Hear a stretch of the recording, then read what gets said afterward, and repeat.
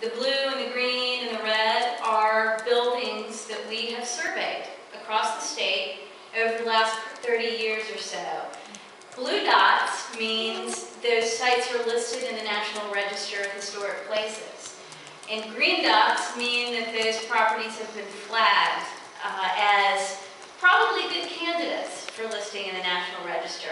Red dots mean that the properties have been flagged often for road projects or other state or federal undertakings that affect historic properties. So we think we've gotten pretty good coverage of the state, and we're really proud of how much we've learned about historic buildings statewide. So I used this map just to search a little bit, and it was kind of an unscientific study, but I wanted to get a sense of what kind of country stores we've looked at over the years. So this map, the big red arrows show what popped up when I just searched for general store. It's funny, look at the concentration in western North Carolina. I'm not sure what that means, except maybe our region is rich in surviving historic general store buildings. I don't know. That's something to study. Well, it was community. Sorry? It was community. Yes. And I think that would be, not to interrupt your talk, but to reference that would be the reason it stayed for so long, and we don't want that store to go, and we're going to figure out how it's going to stay if it's not going to move to another generation. I don't know. Yeah, I think you're on the money. Maybe it's lack of heavy development that has allowed them, you know, to stay put. So I narrowed it down a little bit. So these are general stores that are listed in the National Register of Historic Places. And again, these are what we call individual National Register listings, just like the Penland store and post offices. It's a single building that's listed in the National Register. This isn't accounting for stores that might fall within historic districts. So there's certainly more out there, but the red arrows are individual listings. Okay, narrowing it down even more. General stores listed in the National Register of Historic Places in western North Carolina. There's you. And there's, can you guess what the other one is? Valley An Cruises? iconic country store. Valley Cruises? Yeah, Mass General Store in Valley Cruises. So there are a lot more out there, but they don't have that National Register designation like you guys have. So you're ahead of the game already in preservation. So yeah, these are the two National Register listings: Penland Store and Post Office, Mass General Store at Valley Cruises. And they got the date wrong. I don't know where they got that date. In the nomination? It's an 1800 building. Okay. Yeah. Well, yeah. Marcia found the grant. It's 1 year older than the post office is. The post office was established 1878. okay.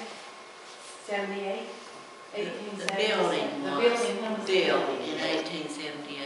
But the post Well, office we'll have to didn't make come. a note in the files for that. No, before the post office used to be on the Milton Pinckney Penland property in a general store. You're like great. But you know, sometimes there's a difference between when a building is built and when an institution is established. So that can sort of account for different dates. The post office moved there when the railroad was built, and I thought that's where they got that date. Okay. That's Well, about the time the we'll talk. railroad was built.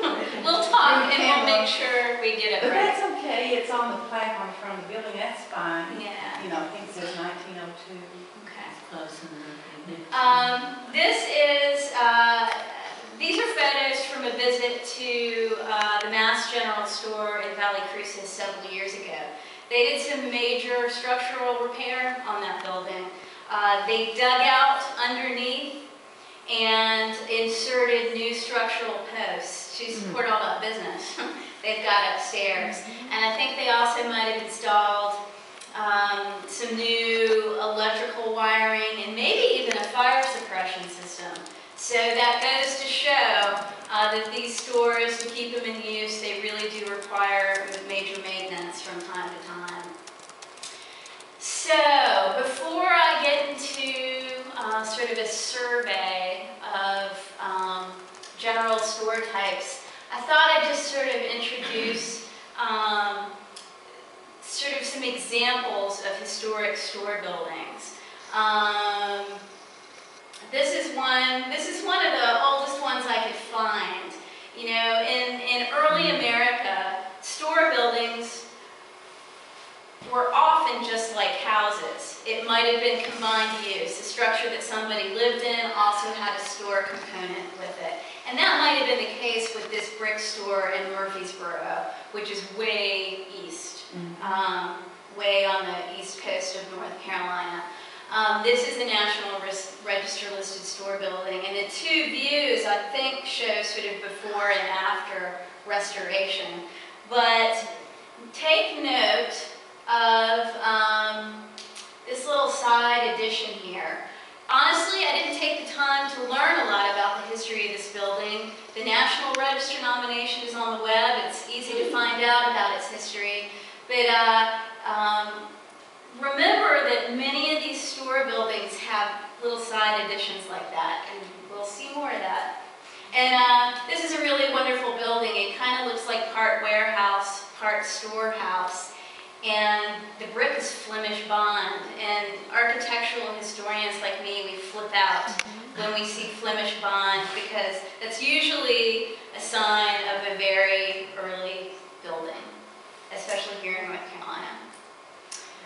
Okay, moving west a little bit, here is a building that's known as the Rockford Masonic Lodge and Post Office, up in Surry County on the Virginia line, and it's thought to be around 1798 to 1800. Some recent historical research calls into question if it was used as a Masonic lodge this early, but it seems pretty clear that it was a general store, and later the post office was added right there on the side, just like that other building we saw. Yep.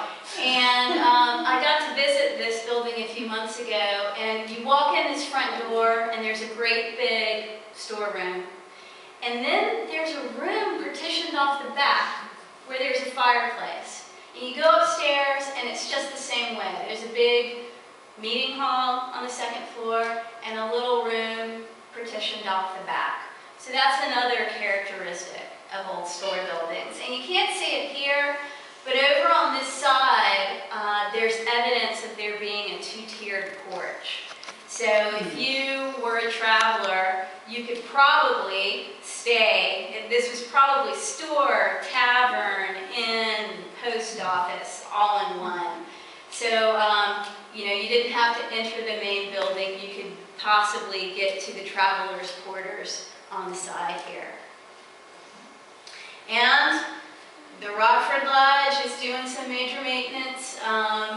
In the early 20th century, the highway department sort of locked off this bank, leaving this odd margin of dirt under the building. So they've had to sort of clean that up, and recently they replaced the porch piers and posts and replaced some deteriorated siding and repainted. And I think they're working with a contractor right now to recreate the double gallery porches on the side of the building. Now, when you say they, who, you know? Rockford Historical Society. So that's a nonprofit in Surry County. And this building is part of the National Register of Historic Districts. So they're actually, I think, some of those buildings are in private ownership, and this one is operated by the nonprofit. Now, I wish I had a picture of this store, but it's long gone. But there's a wonderful description of it that was published in the Waynesville newspaper. And this was a Cathey store in Haywood County, rural Haywood County, so it's another country store. It was a long building with a porch and banisters that ran all the way across the front from end to end. At both ends of that porch, there were steps with a gate at the top. Anyone coming into the store had to go up the steps and through the gate at one end or the other, that long porch. Inside, at each end of the building, there were enormous fireplaces in which great logs were blazing when the weather outside was chilly. And just skipping ahead there were 4 rooms at the back where travelers who had no place to stay were given a place to sleep. So that sounds a lot like the Rockford Lodge had a gable front, but it sounds like the Cathey store the gables were on the ends. So porch in the front, you'd climb up the steps and be on the big gallery porch. But just like the Rockford Lodge, it had some rooms in the back that were reserved for travelers. So I'm just guessing that was a store built around the 1850s, and there was also a big mill beside it, probably all gone by the 1870s or 1880s. So here's where we start to have some photos of historic store buildings in the western part of the state. And so here I'm starting to draw on the photos that were taken in Heather Fernbach's rural store context, and on photos from your organization that Alicia shared with me, and also photos that my agency has just collected over the years. So characteristic early country store buildings. Those that survive seem to date pretty much from the 1890s and later. And most of them that we see seem to date from the 1890s till about through the 1940s, when people were no longer building little crossroads country stores. So here you've got some nice examples, one in Burke County and one, of course, the Penland store and post office. They've got the gable front,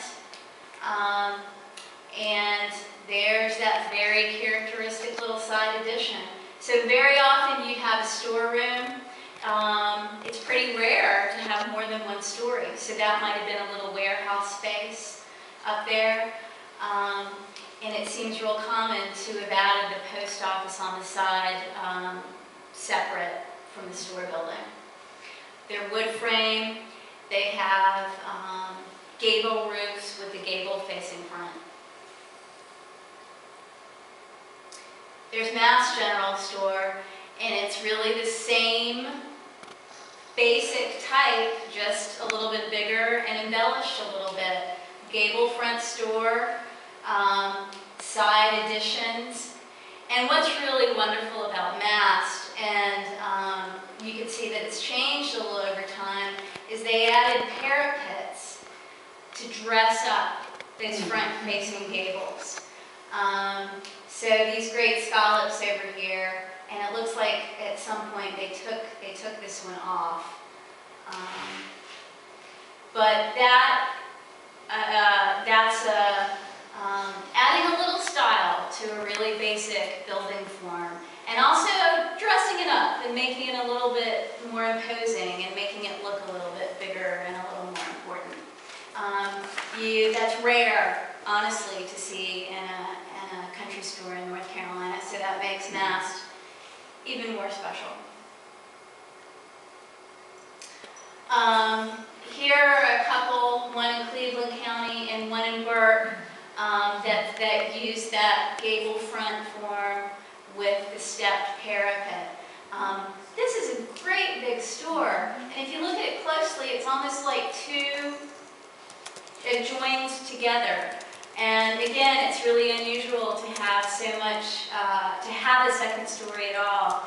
When you have that much space, you almost wonder if that was a dwelling for the storekeeper. A great brick storehouse near Morganton with the parapet encased in metal, which is probably saved it, because so many of these parapets have been pulled off once they started to deteriorate. So they did a good job of preserving that one. This one is special to me. This storehouse belonged to my great-grandparents out in Macon County near the town of Franklin. in a little crossroads community called Leatherman. And as far as I can tell, their storehouse was built around 1910 or so. And it changed hands a couple of times before my great-grandparents took it over, and they built this little house. And that's really common for these country stores. A lot of times, if you spot one of these, you're going to find the storekeeper's house close by, and maybe even a whole farmstead. This one had the house and a chicken house and a barn to go along with it. I thought, well, that must have been awfully convenient, because he could go about his business, he could do his farming, he could go back up to the house and just keep an eye out, for business as it came up the road. Again, there's that very common form of the front-facing gable roof and the side shed addition that my family tells me was added probably in the 20s or 30s. And they also tell me that the storekeeper here was Baptist and a teetotaler, and he never drank a drop. But he did a good business in sugar. Apparently, there was so much sugar that he built a shed to hold all the sacks of sugar for whiskey making in the hills. But he never touched it, so they say. So here's another store, basically the same form, a decade or so later than the Leatherman store, but still the front-facing gable and the side shed. And I know this is true of the Penland store, and it's probably true of every country store in North Carolina. They did some cash business, but they did an awful lot of barter business. And I've looked at the ledgers for the Leatherman store, and they traded for ginseng, they traded for eggs. Like a farmer would come in to buy goods, instead of paying cash, he'd pay in eggs, which the storekeeper then turned around and sold to the school up the road. So it's, I imagine that these additions were often used to handle all the agricultural goods that were traded.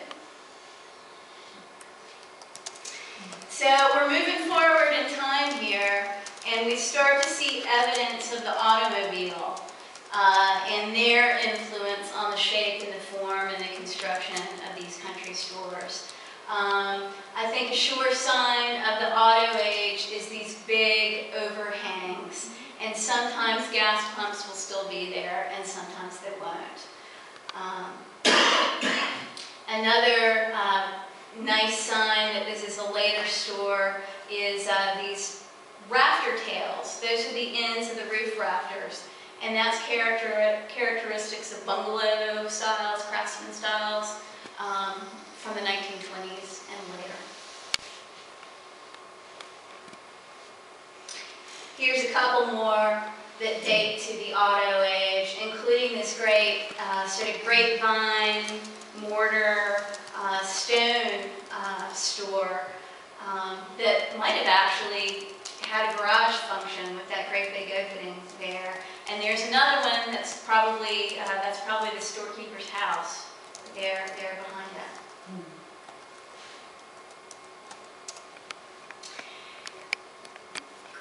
Moving forward into the 1930s now, I think these are really good examples of Western North Carolina rural stores that represent what I call national styles. And what I mean by that is, after, say, in the late 19th century and well into the 20th century, building styles, residential styles across the nation became more uniform. Because people were traveling and were able to see a broad variety of architectural styles, or they were able to get published information or plans for their buildings.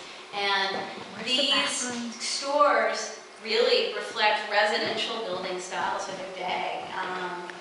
The one up top is kind of a picturesque stone cottage. The one on the bottom is approaching, I think, sort of the mid-century ranch house in its style and appearance with its big picture windows. So these are just reflective of the time that they were built.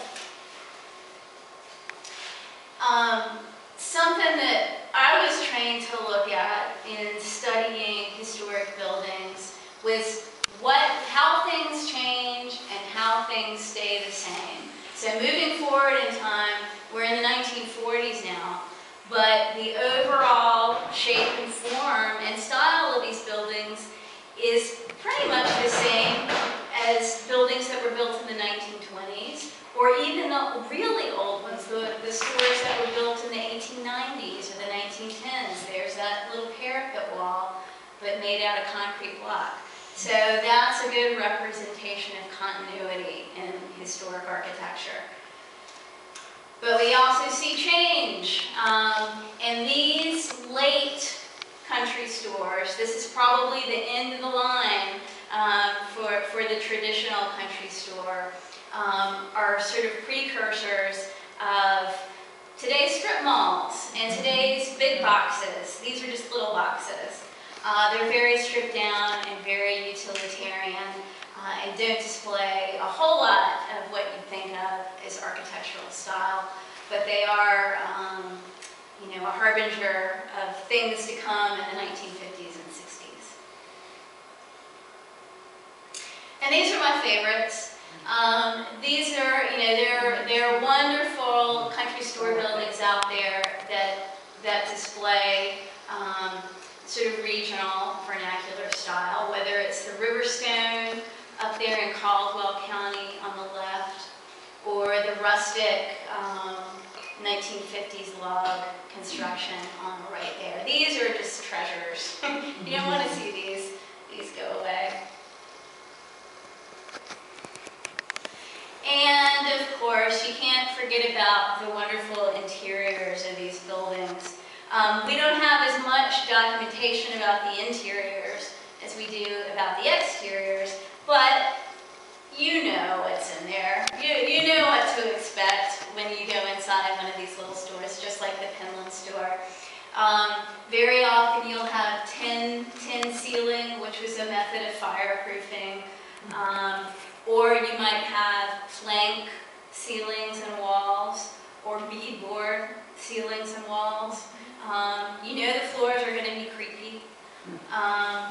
These buildings were often heated by wood stove, and those that survive and those that are still in business or in use show a lot of pride of ownership. People tend to show off their relics and their artifacts and their histories, like this one in Rutherford County that has made note of all the postmasters through the years. And because the buildings were so similar, these frame gable front buildings, their interiors are remarkably similar too, with cabinetry that lines the walls and very often a counter running along one side. And when you find one of these intact, it's quite a treasure. That's masked, chock full.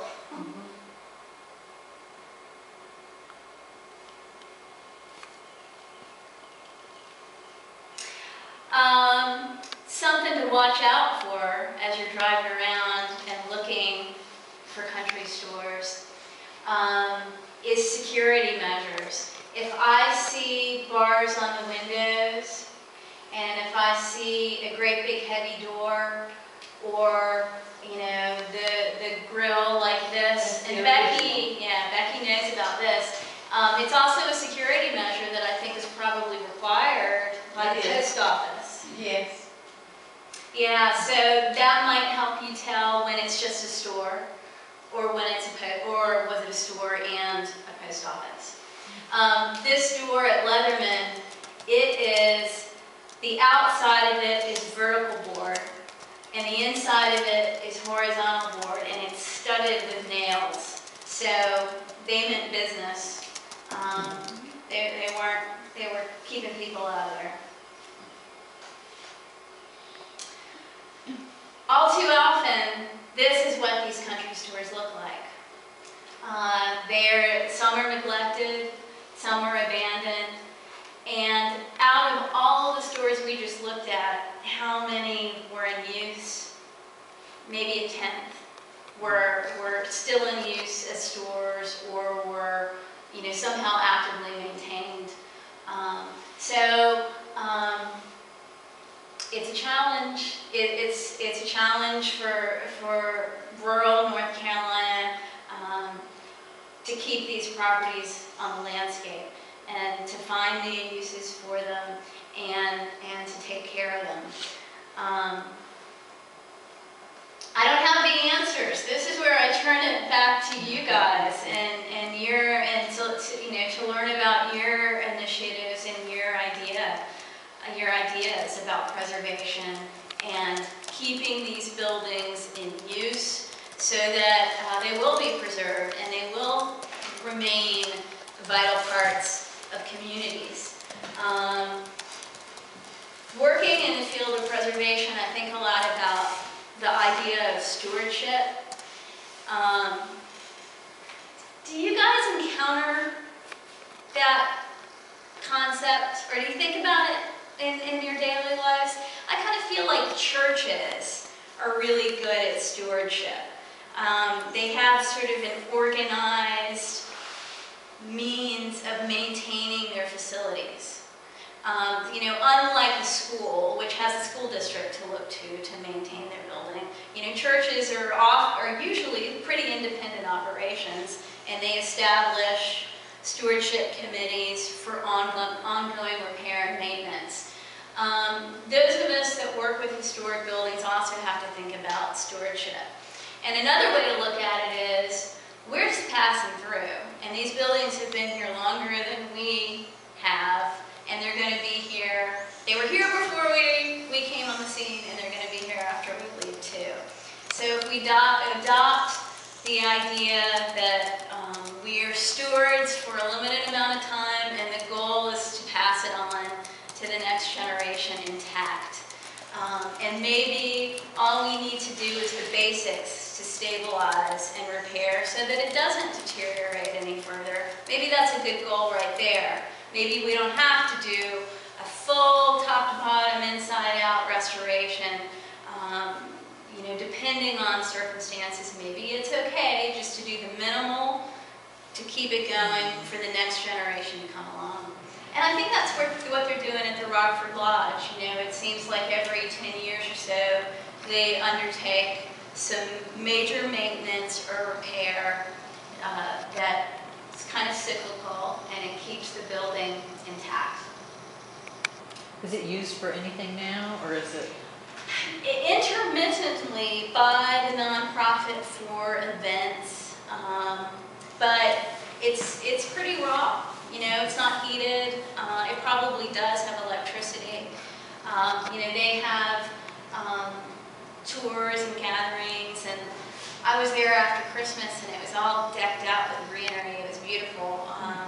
So it's obviously loved by the community, but at least until now, they've not pulled together the resources for a full restoration or rehabilitation. What is the age range that you find an interest in? It's older, on the older side, the mature side. That's what we have discovered in these last 4 years. After a great deal of effort to interest the younger people up the road, they're interested, but they also have their email and their texting, and it isn't as important to them as it is to us. That's a perennial challenge. It really is.